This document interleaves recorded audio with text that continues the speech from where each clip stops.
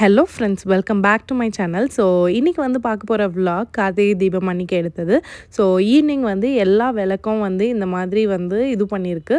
So எப்போ மழை பெய்யுது, எப்போ மழை பெய்ய மாட்டேங்குதுன்னே தெரிய மாட்டேங்குது.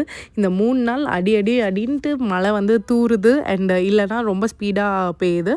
அண்ட் இந்த உருளியில் வந்து அகல் விளக்கு. ஸோ இது வந்து வீடு முழுக்க இந்த மாதிரி கார்த்திகை தீபம் அன்றைக்கி வந்து நம்ம கண்டினியூஸ் 3 டேஸ் வந்து ஏற்றுவோம். ஸோ அகல் விளக்கால் விளக்கேற்றும் போது ரொம்ப அழகாக இருக்கும். எல்லாருக்குமே கார்த்திகை தீப நல்வாழ்த்துக்கள். ஸோ நம்ம தீபாவளிக்கு வந்து விட்டு போன பட்டாசு, மீந்த பட்டாசு எல்லாம் இந்த கார்த்திகை தீபம் அன்றைக்கி தான் வந்து வெடிப்போம்.